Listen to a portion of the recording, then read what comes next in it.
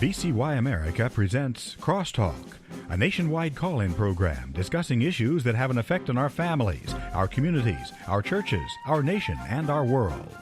Crosstalk, an opportunity for you to voice your concerns for biblical principles.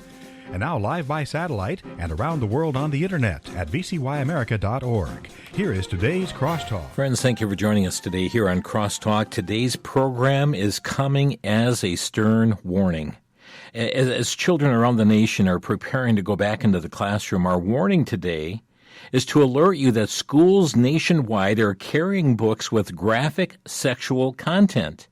Indeed, pornographic books have infiltrated both into the classroom and into the school libraries, not to mention in the public libraries as well. But by design, these books are falling into the hands of children for the purpose of grooming them under the guise of education.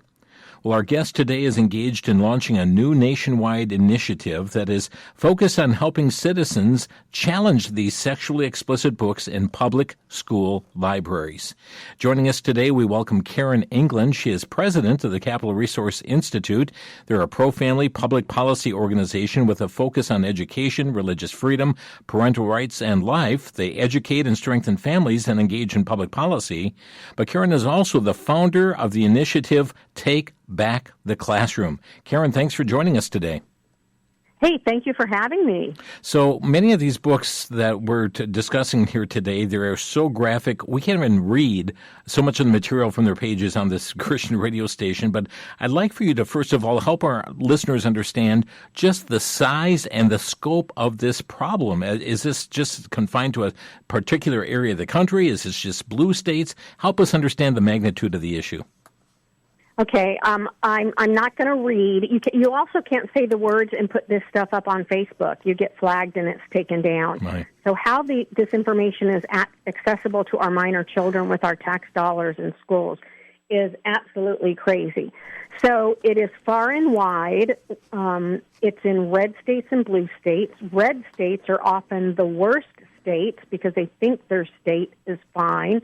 We have found over 1.4 million sexually explicit books across the country. Wow. And to give you an example, one of the first books we're going to be talking about is in over 7,000 school districts nationwide, including where I'm at, Clarksville, Tennessee, and there's a bill, there's a law against this. Schools were supposed to clean this up. So Texas still has awful books. Florida has awful books. What people don't understand is books are done entirely different than curriculum. So when the so-called Don't Say Gay bill passed in Florida, everyone thought, oh, well, of course, we're fine, but library books aren't curriculum. And so there's a whole different set of governing rules or procedures that libraries in public schools have to take, and it's just different than curriculum. So there are classrooms that the teacher will have bookshelves in there. That's one issue or part of the curriculum. But there is also the library itself that has this wide gamut. And I just want to be sure I heard you right, Karen. Did you say 1.4 million books? Yes, and that is, and I have to tell you, when we started this 4 years ago, we only had about 300 titles we were looking for, and about 6 weeks ago, we added another 600. Wow. So the 1.4 million, we've only, granted, California was in that, but we have only done probably 7 states with that expanded list. We're doing new states every day, but so that 1.4 million is going to be closer to probably 3.5 in a few more months.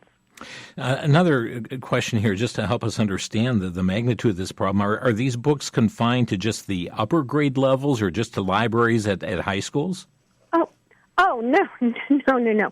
They're libraries all over. You find them, oddly enough, there's in Oklahoma, there's a terrible elementary school that has stuff that I wouldn't allow adults to read. It's at Kiefer Elementary. It's in the Kiefer School District.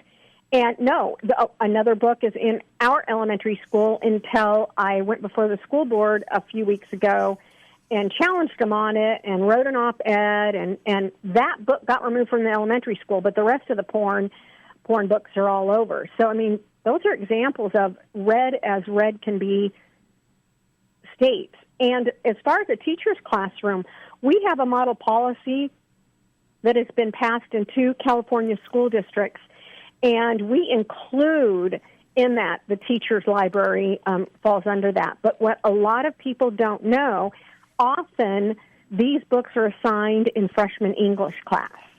And so a couple of years ago here in Tennessee, a gentleman who was the principal who went to my church, the teacher at his school did a banned book reading assignment and gave a list of the books. And the books were all these sexually explicit books. And it told them to look through them before they make a decision which one they're going to pick. Now, you think this guy got in trouble? No, he's been promoted. Wow. Yeah. So it's everywhere. Yeah, it's assigned reading in some cases. In other places, it's part of if a library has a recommended reading list, they'll find books like these listed there as well. And I saw something on your website because, there's many people I'm sure listening right now, they think, I'm just in this rural area. It's not happening in my community. But you have indicated that there is no town, no public school district that is immune from this. No, not at all. And the one thing that we do that makes our organization unique is we actually search the database of the local school. So if you go to our website, takebacktheclassroom.com, you will be able to go to your state and then look up your specific school. And then you can click on your school and you can see what books are there. And then you can click on the book report and it gives you the information as to it gives you pages of excerpts from that book. So you can decide if you think it's appropriate for your minor children and for tax dollars to be spent on this stuff. And so it's, again, I used to be one of those moms. I would poo-poo the book ladies. That's what I would call them. And I was very judgmental. I was like, why aren't we doing more about comprehensive sex ed? And I still do anything regarding the sexualization of our kids. But during COVID, when I looked at how deep and wide this issue is in these books, I just had to stop and really focus on it, and we built a database. So parents, the biggest thing is parents don't believe it's in their school. Mm-hmm. Again, principal went to my Southern Baptist church. His daughter actually did worship there, and his librarian assigned something, and when it was I still have the assignment of what they were telling these kids to read and do. And the school district ended up a year or two later promoting him. So the education establishment tends to be A-OK with these books. Friends, again, the website, and we'll refer to this often because it is a wealth of resource on this issue, takebacktheclassroom.com. And you can go in there, put in your state and then your community. You'll find the listing of libraries, the schools that are right there, the listing of books that have been found there. And I'm sad to say it's probably just scratching the surface on this issue because they are coming out day after day after day. And Karen, one would just naturally think that anti-obscenity laws would not allow for this to take place. Is that true? That or doesn't such laws apply here? Well, there's a couple of things. Oklahoma actually is one of the handful of states that do not give schools an exception for obscenity. And so I'll explain this obscenity law. So years ago, when obscenity was deemed harmful to minors, there were over 43 states that went and changed their laws to allow for educational purposes, and they specifically list public schools, public libraries, and universities as being exempt. So you can show obscene material to a minor in a classroom that you wouldn't be able to show a minor out on the street, and it would be considered obscene. And so that's kind of the starting. But even if they got rid of those obscenity laws, just like Oklahoma never had one of them. They were one of the 7 states that didn't do it. Obscenity is a really high bar to pass. This stuff is obscene, but legally, obscene is like hardcore of hardcore porn. So sexually explicit is still all over our schools. And so they can get rid of the obscenity laws, and that's great, and they should. But you still have sexually explicit books. Like I said, Oklahoma is one of the worst states, and they're exempt. You know, they don't have an exemption for schools to be able to have obscenity, but they have sexually explicit books.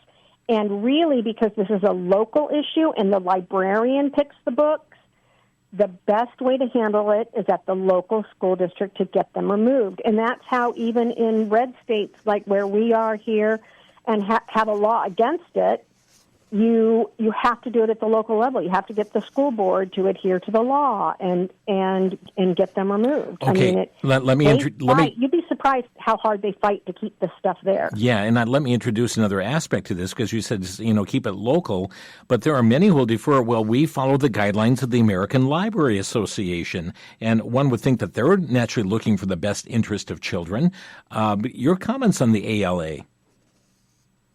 Well, I'm a modest Christian woman, so I'll try and keep that in mind because I have no respect for the American Library Association. It is not what we thought it was. They are progressive activists. They actually have on their own website a minor's Bill of Rights.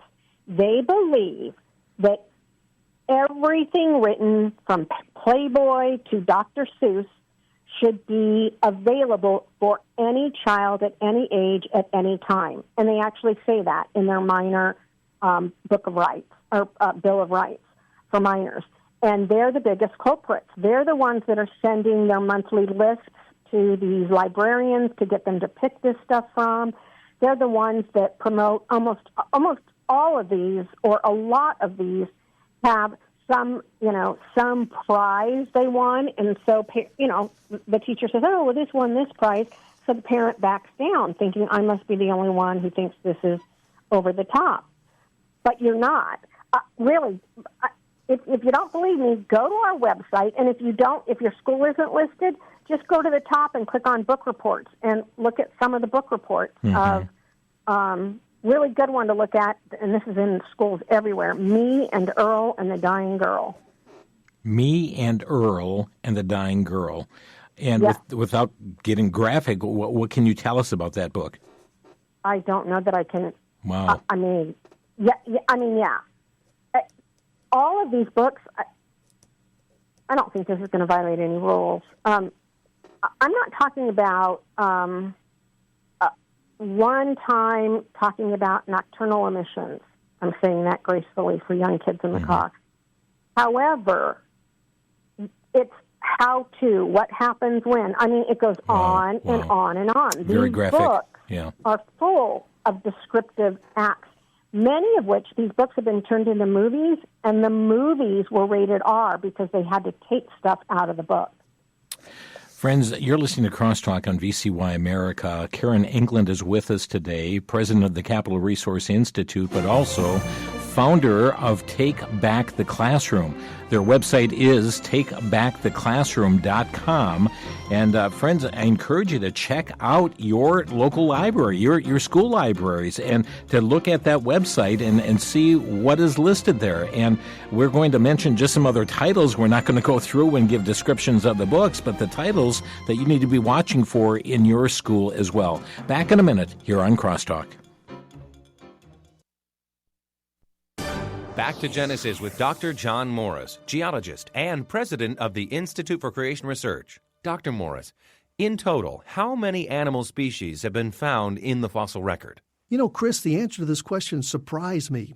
Evolutionists are fond of talking about millions and millions of fossil animal types, but in reality, only about 250,000 fossil species have ever been found. That's far fewer than the number of species that are still existing today.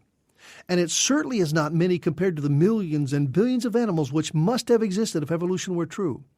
What we find in the fossil record are clams and snails and coral, the very same kind of animals that are alive today. Face it, Chris, evolution didn't happen. It's not happening today, and it didn't happen in the past, as recorded in the fossils. What happened is creation, just like it says back in Genesis. Thanks, Dr. Morris. For more info on Genesis, visit us on the web at www.icr.org.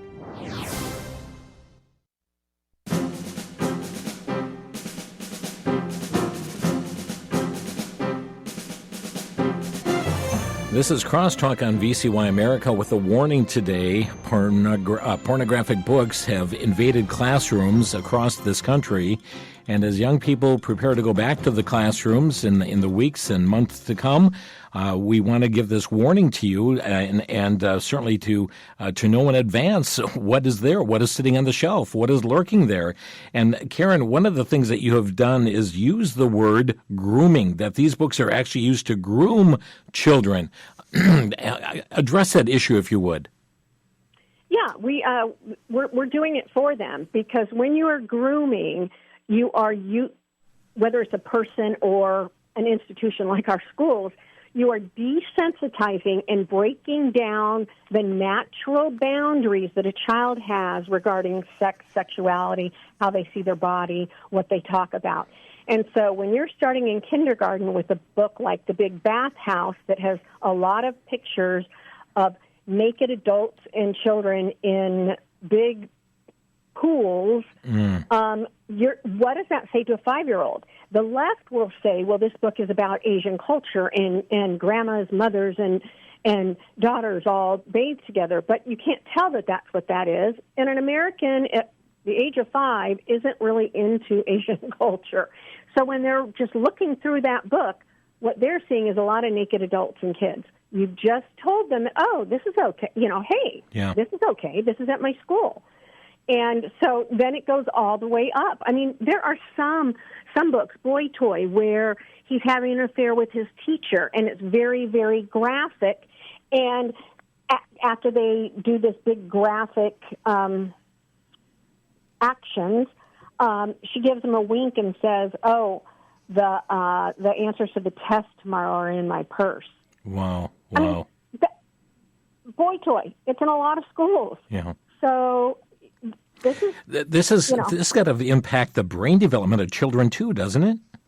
Oh, absolutely. And one of the other common themes, or several common themes throughout this, is very anti-Semitic, very anti-religion of any kind, and very anti-father figure. And so there's all of that are woven into it as well. And so it really is just setting kids against their parents, exposing them to incredibly graphic sexually stuff.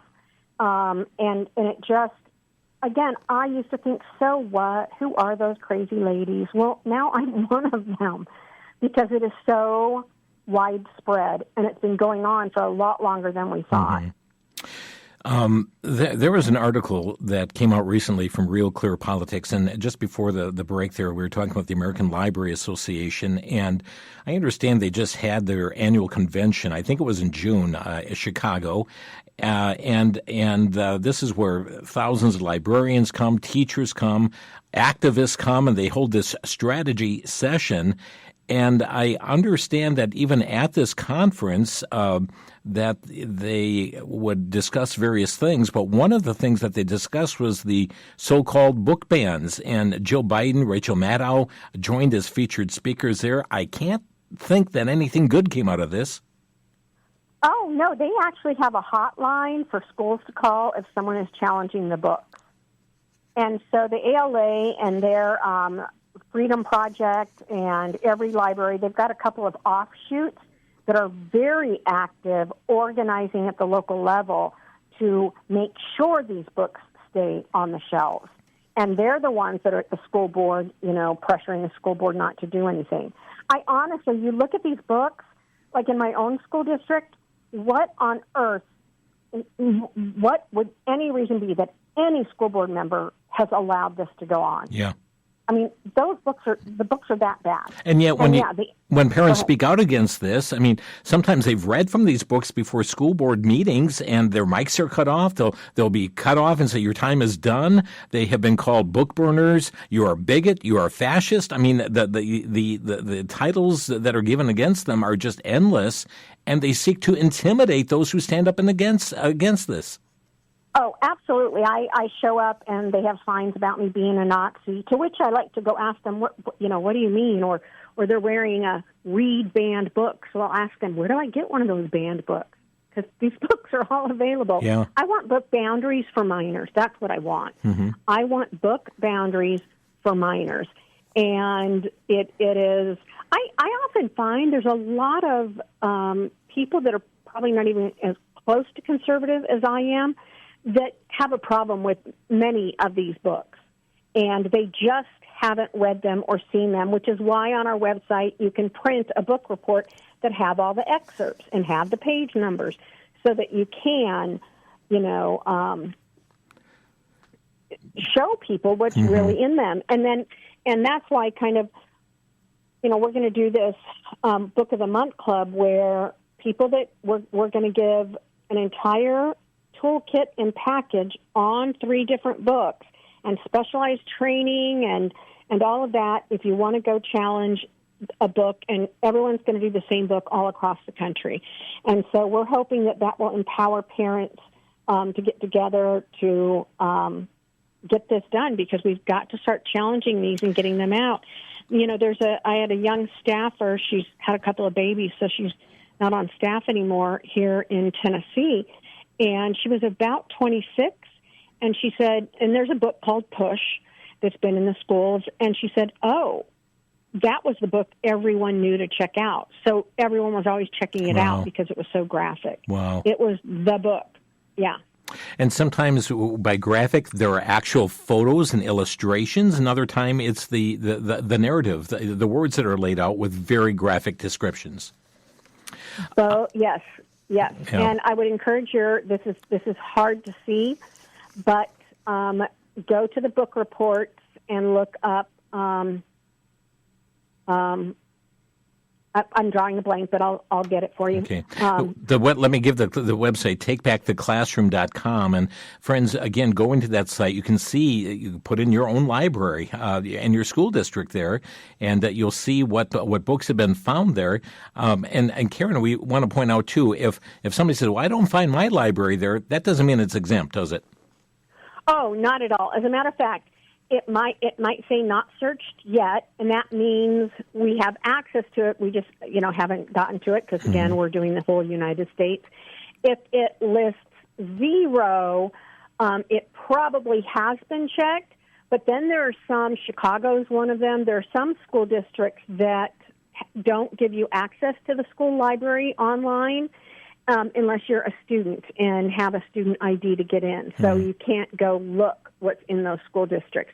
So in that case, we help citizens file a public records request to get a list of the books in the library. You've indicated through your research and so forth, and you said, and that's captivated my mind, you said the school library used to be a sanctuary, but now it's a battlefield. And that is so true when we talk about these books. And I thought, though, how is a parent to know? Because, frankly, Karen, some of the titles, a parent will look at a title and have no clue that there's pornography or homosexuality or transgenderism or something else in that book. How is a parent to know? Yes, and that's why we did the site, and we're actually expanding. We only have 2 kind of tags on books. In a couple of weeks, we'll have 4, so you'll kind of know what to look for. But a perfect example of what you were just talking about, there's a book called The Art of Racing in the Rain, and it also was made into a movie. And this is in elementary schools, some middle schools. And the cover is so cute with a golden retriever on it, or it might be a Labrador.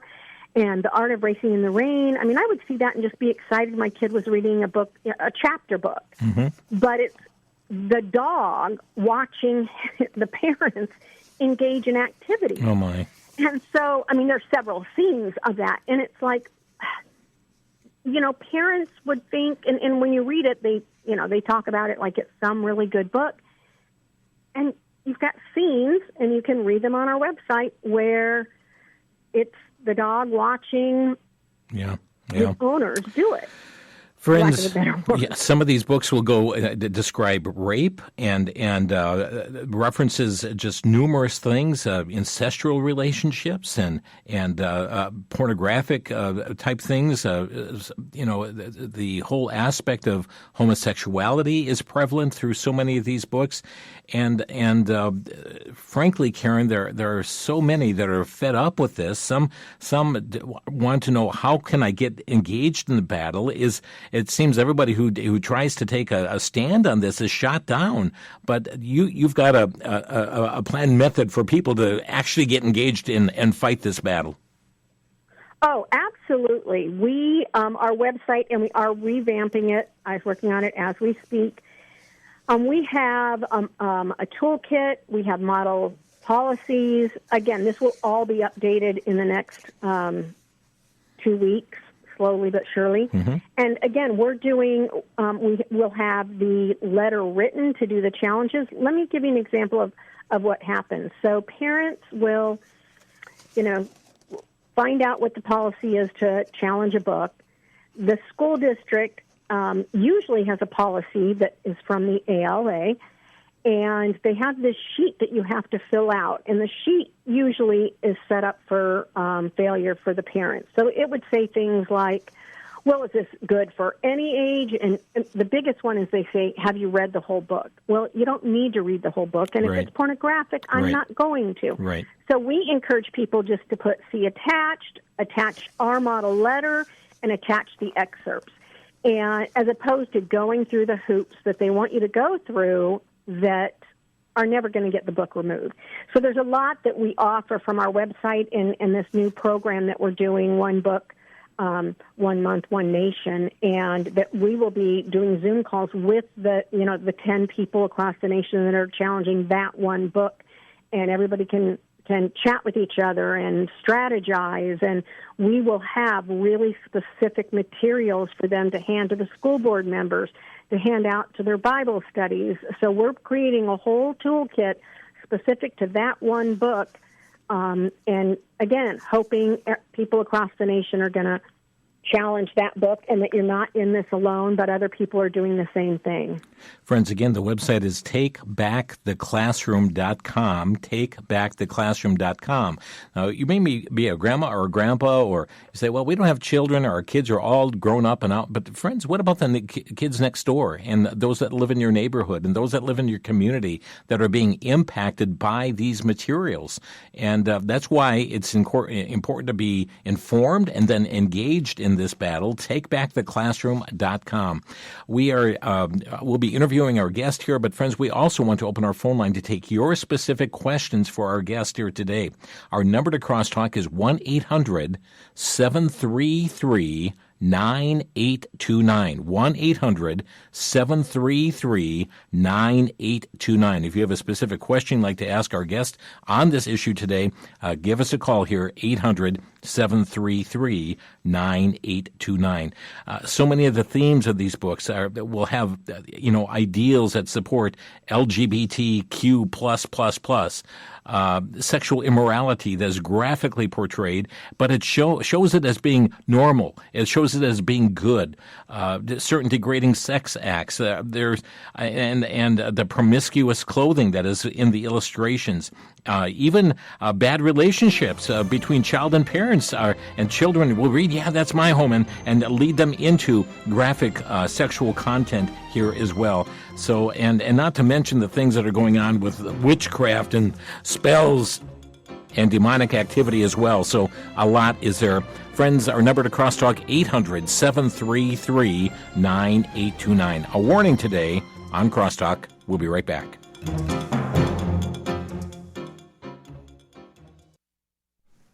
If you're the wife of someone who is in ministry, you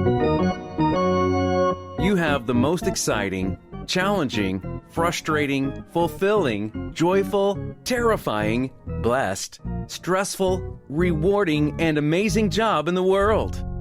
And some days, it's all of those things at once. On such days, you need a friend who knows and understands how you feel. Claudia Barba is such a person. In her book, The Monday Morning Club, Claudia draws from her own experiences as she writes with love and gentle humor about the joys and absurdities of ministry life. As you read her book, you will learn that you are not alone. She has been right alongside her husband, Dave Barba, planning churches and itinerant evangelism ministry. The Monday Morning Club, available for a donation of $15 by calling VCY, 1-800-729-9829.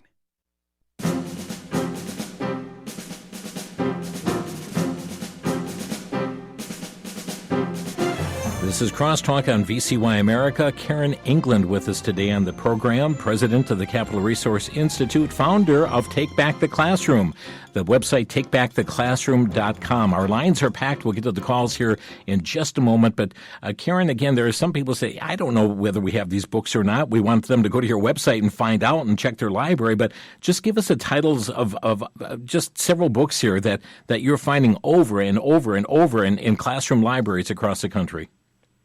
Okay, Me and Earl and the Dying Girl, Lucky, Push, The Bluest Eye, anything by Colleen Hoover or Sarah J. Maas, which is The Court of Mist and Fury, The Art of Racing in the Rain is another one.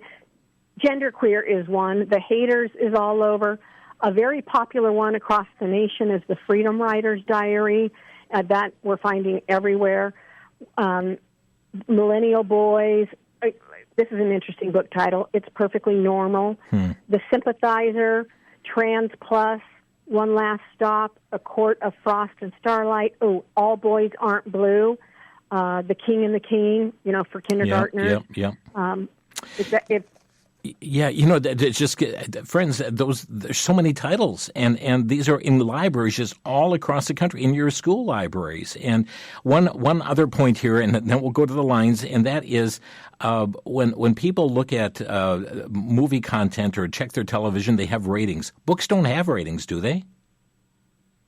No, they don't. And there's a couple of groups that I would be for ratings if they followed the PGG kind of stuff, as opposed to so anything on our website meets a threshold of being too sexually explicit for minors. Wow. And we take into consideration, like that book, The Big Bathhouse. Some people might rate that a 1, but it's in elementary school, so for us, that's a 5. Yeah. Let's go to Maxine calling from Prairie du Chien, Wisconsin. You're on the air, Maxine. Yes, I totally agree with your speaker, and we were asked to read some of these books and what we felt, and I only read to page 24. It was actually physically sickening. My copy of Me, Earl, and the Dying Girl, on page 1, they were swearing, and it goes on about teachers having affairs with the teen jocks. It's unreal. You cannot believe the bathroom humor. And who asked you to read this? Who asked you to read this, Maxine? What initiated it? One of the school board members in our town asked some of us church members if we would read these books and give our input. Wow. And like I said, I got to page 24. It was sickening. And this was written to high school youth. It was supposedly written by a fat Jewish boy. It was. I cannot even begin to use. And then another book I read that was in our public library, and let me get the title here. I believe this is the title, Rapture Practice. And then it was it was in the religious section. It was in a bright yellow and lime or teal green cover, very attractive. The subtitle, My Own Way Ticket to Salvation. Hey, sounds good.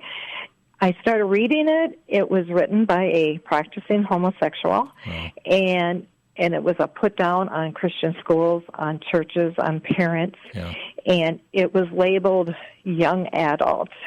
Maxine, thank you for the call. Yeah, I'm going to have our guests comment here, and we've got many lined up behind you as well. Go ahead, Karen. I mean, well, Maxine needs to sign up for our Book of the Month Club and join others across the nation that are going to challenge these books at the school district. So she mentioned Me and Earl and the Dying Girl. Well, that is one that is often assigned in 9th grade English, and it was turned into a major motion picture. So when they go, oh, the movie wasn't that bad, it's because they took out the bad stuff from the book in order to make it reasonable as a movie. Wow. So, and they can sign up to be part of that at takebacktheclassroom.com? Yes, just go sign up on our email list, and we are literally just unleashing it. Did the first email yesterday. We're going to have a video call on Wednesday, but it'll be going on for, all year. But if you want to get in and figure out how to start doing this, let us know, because we're going to equip you with everything you need, including my personal cell phone number, to get help for the people that are part of our Book of the Month Club. Wow. Maxine, thank you for the call. Let's go to Tom in Orem, Minnesota. Tom, you're on the air. Hey, we had this issue in our school just this year. We had a new librarian who was a female, but then about 2 weeks into the school year, she started to refer to herself as a male. About a month into the school year, my daughter took pictures of some of the books she was displaying from Genderqueer and All Boys Aren't Blue, and my daughter sent them to me and to our principal.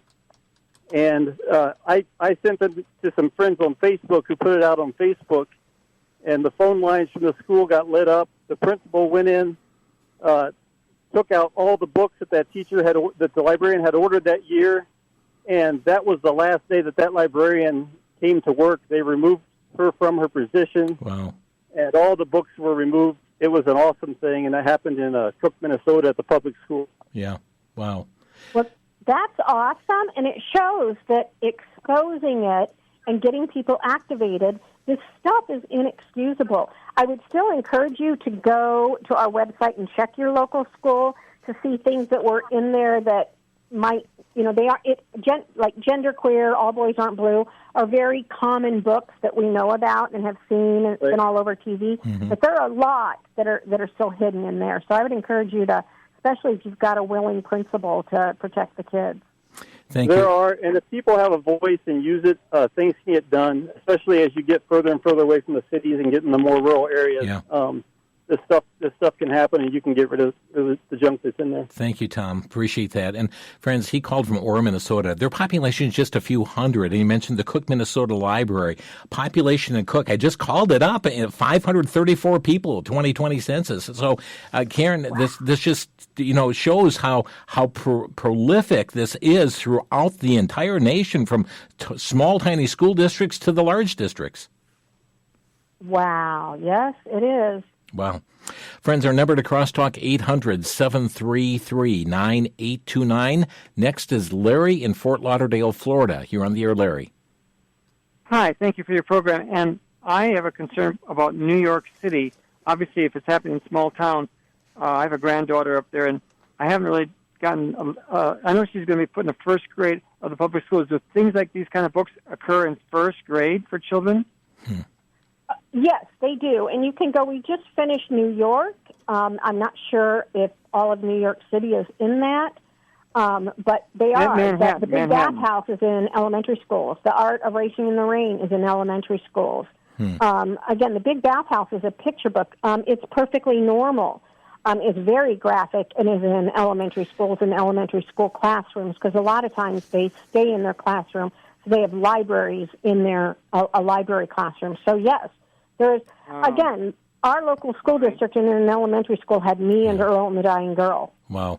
Larry, go to the website, even if you can, and even call up to New York, and you can look for yourself. Manhattan, you mentioned, and do that. That's takebacktheclassroom.com. But yes, you asked about first graders. Yes, they're subject to this in their library as well.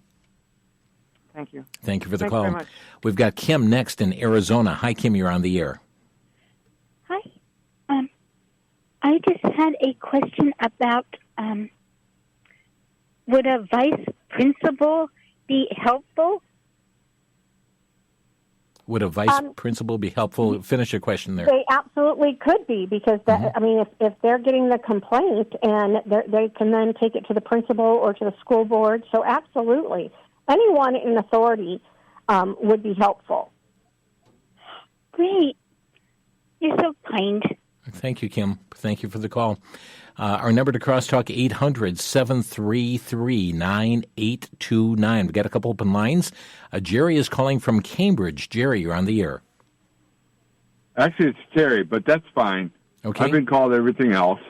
Sorry about that. My comment is, living near Madison, Wisconsin, and I also found out that the problem is that stuff is really overflowing in our area faster and faster and faster. Matter of fact, I've been actually told to quit talking against the LGBTQ and actually writing against it and things like that.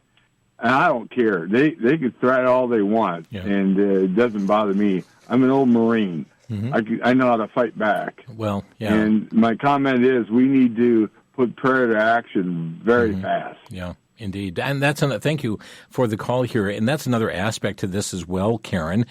This is not a battle of flesh and blood, really. It's a spiritual battle that's going on. And he brought up the comment about needing to be praying about this as well. Certainly that needs to be a part of the arsenal here, does it not?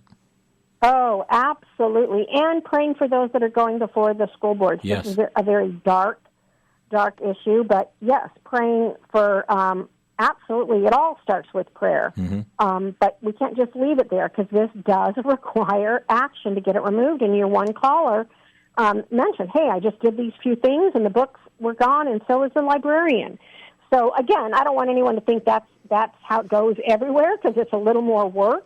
But we're here to walk through it with you because this is how it's going to be done, one book at a time, 1 month at a time, to get them out of all of our schools. Friends, we're taking your questions today for Karen England, and she is the founder of Take Back the Classroom and also president of the Capital Resource Institute. Our number to Crosstalk is 800-733-9829, 800-733-9829. Paul is calling from Cameron, Wisconsin. Paul, you're on the air. Yes, I do want to mention, the book that ma'am is doing this show. I don't remember her name already when you already had said this recently, commented on it. But, I do have a former, couldn't call her a niece, but she's become a transsexual, and she's converted her name from Abigail to Spencer. So, and thinking what it is, that she was of the age of majority when she had done that, but certainly I think it was much of the influence of many of the teachers within her school district. Yeah. It's only quite a very small school district. There's only about a full, probably 2,000 people in the whole school district. So wow. Quite a small one at that, too. So. Thank you, Paul, for raising that issue. And Karen, that's, he brought up that aspect of, even the grooming aspect. And these books are there and they percolate in the minds of young people. And many believe that, maybe I'm not really a boy, I'm not a biological boy. Maybe I'm to be a girl or vice versa. And as a result of that, it is causing gender confusion. And many are acting upon the things that they have read upon. No, absolutely. And these books are all about how you're going through puberty, which who isn't a little confused about everything in life when you're going through puberty as a teen or a preteen?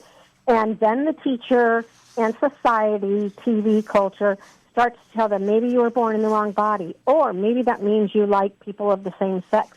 And then they start handing out these books that are, tell a story of someone, and then, they were happy once they realized their real gender. And there's so many books on that. And again, they're very graphic about it. There's one called Trans Plus, and at the end of every chapter, it tells you where to go without parents to know to get check binders. Friends, so it's subverting parental authority in the home and causing young people to be clandestine, even as they seek out to do the very things that these books are talking about. Karen England with us, takebacktheclassroom.com. We'll have one more segment, and let's see, I've got a couple of lines, 800-733-9829. For the Worldview Report, I'm Brandon House. Our website's worldviewtube.com. There's an article at I-24 News. Are you ready for it? 1 finger prick, 30 seconds, 0 lab results inside the world's fastest portable blood test. Folks, I recently had some blood taken. It had to be overnighted to be analyzed. Now we wait for the results. Guess what? There's a company that has just developed The ability to get lab results in a matter of 30 seconds with one finger prick, and it's already saving lives, and it can be used in a home hospital situation, in a hospital, or on the battlefield. And guess who developed it, folks? Are you ready? Israeli technology. It's coming out of Israel. And this is exactly what Genesis chapter 12 speaks about. This nation being a blessing to the whole world. Where are the BDS, the boycott, divestment, sanction crowd now? Israeli technology saving lives again.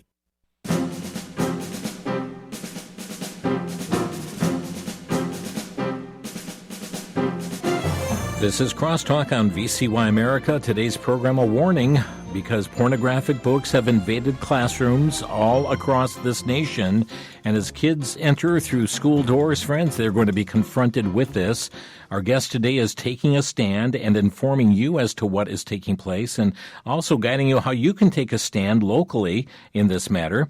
The website, takebacktheclassroom.com, takebacktheclassroom.com, and you can obtain more information there, even learn about your own libraries there. But let's go back to the phone lines. Our number is 1-800-733-9829. We have Eddie calling from Glasgow, Kentucky. Eddie, you're on the air. Thank you for taking my call, Jim. I thank you for the program. I'm alarmed at the subject matter, and I thought they were our schools. I thought they were our children. How is it someone can do? I feel violated. I mean, I really do. Of course, all my kids are grown, but I got grandkids. Yeah. But this has no place whatsoever in our schools. I mean, the train's off the tracks. I don't understand how this can happen. I don't understand why this is not news. But I thank you so much for bringing it to my attention, because I am going to get on it in prayer and in preaching, and I'm going to tell people what's going on. I thank you for that young lady you got with you there, and I think she's doing a great job. God bless both of you. Great. Thank you, Eddie. Appreciate your call. Let me say, our home office is in California, but I live in Clarksville, Tennessee, right by Fort Campbell. So I am happy to come up to Kentucky and attend a school board meeting or help with a small group of parents, explain the issues. So use us as a resource. Great. Thank you, Eddie. Yes, I would love to do that. I just don't know how. I'm 72 years old, and I didn't even really pay attention when I was in school, dumber than a box of rocks. But I would love to go to a school meeting. Yeah. I would love to be, I guess, a voice of opposition. I mean, I'm not that dumb, but I would love to have the opportunity to be in a school board meeting. Yeah. I would love to be on the school board. Go to our website, sign up for our emails, and I will tell you, God has such a sense of humor. I write laws and write legislation now. I got a D- in government. So you can certainly go before the school board. Thank you, Eddie. Let's go to another caller from Kentucky. This is Brian in Frankfort, Kentucky. Brian, you're on the air. Yes. I recently walked in my local library and just was appalled by so many books that were there. One in particular was There's a Karen in Every Town, and it's about this woman who just complains over the most petty things, and it just highly offended me. Yeah. Yeah, and there's a variety, and that's in the public school or in the regular public library, but we're talking certainly about the invasion that's also happening in the school libraries as well. There are many different themes and topics, as we mentioned, some dealing with Satanism, the occult, and vampirism, and all those kind of things that are luring young people as well. Our main focus has been more on the sexual-related content and the grooming that is happening of children. But you pointed out another issue there, Brian. So thank you for raising that issue and just so much that is taking place under the guise of education or having First Amendment rights for reading materials. Let's pick up Steve in Felton, Pennsylvania. Steve, you're on the air. Hi there. I'm a school board member in York County, and anyway, I was just wondering, I'm looking at Karen's website right now, Take Back the Classroom, and I'm looking under book reports. Yeah. And I see, of course, the separate book reports for the various types of books that are mentioned by Karen. Well, anyway, is there a way to get a master list of all the different books that, Karen, you have discovered are inappropriate for children? Oh. Our website would be the way to do it, and I know some of the books don't have book reports, but every week we're uploading about 30 new book reports. But just use our website; it's got them all. And a list wouldn't. I have to tell you, I was just on a call with our staff 2 days ago because so many new books have come up, over 200 books in the last couple of weeks of summer that are new titles for us to go and search. Wow. And, we just added 600 about 3 months ago. Mm-hmm. So, the list is very fluid, but keep track of our website. And again, we update it every week with new books and with new book reports. All right, Karen, thank you so much. Well, and our website has it's called a FOIA, which is a public records request. Our website has where you can fill out the public records request in Kentucky and get a list of the schools of the books from your local school. You just file an open records request. And Karen, he's in Pennsylvania. He is a school board member. What advice do you have for school board members like Steve that are listening across the nation today? Well, we have a model policy that has been passed in 2 California schools, so that's good. We have a model policy school districts can use, and I'm happy to work with him on his specific, school district. We've got a lot of people. I was up in Lancaster last year, speaking at a group of people that were getting rid of the books, and so there's a lot you can do. But I would first check out what your reconsideration policy is. That's the policy regarding materials in libraries. And get in touch with me, and we can, maybe craft a policy that's more parent-friendly. But if the librarian won't give you a list of the books, then you can do a FOIA and get a list of the books. Yeah. We're down in our last minute. Thank you, Steve. And reach out to Karen through the website as well, takebacktheclassroom.com. But they do have a model policy on there that you can download and take it for even passage on a school board level as well. Appreciate the call. We're out of time. And Karen, we'll give you the last 30 seconds. What would you like to leave with our listeners? Well, just that courage is contagious and that the Calvary's not coming. We are the Calvary. These public schools belong to the public. And now that you know it's pornographic material in them, if you do nothing, you're complicit. So I want to encourage you to pray and pray about how God would use you to be active. That one dad that was on there, he just talked about putting it all over Facebook with a phone number to call. So it's not, you don't have to become me and become a full-time activist, but you can do something and you should do something. Karen, thank you for the time that you've invested in this issue and really sounding the warning today as a watchman on the wall and alerting us to the danger that's out there. And thank you for your efforts in doing so. Karen England, our guest here today. And friends, again, the website, takebacktheclassroom.com. God bless you, friends. Thanks for joining us today on Crosstalk. You've been listening to Crosstalk via satellite and the internet from VCY America. Views expressed may or may not be those of this station. For a CD of today's program, send a donation of $6 or more to VCY Take Ministry, 3434 West Kilbourne Avenue, Milwaukee, Wisconsin, 53208, or download by RSS or podcast from crosstalkamerica.com. And join us again for Crosstalk.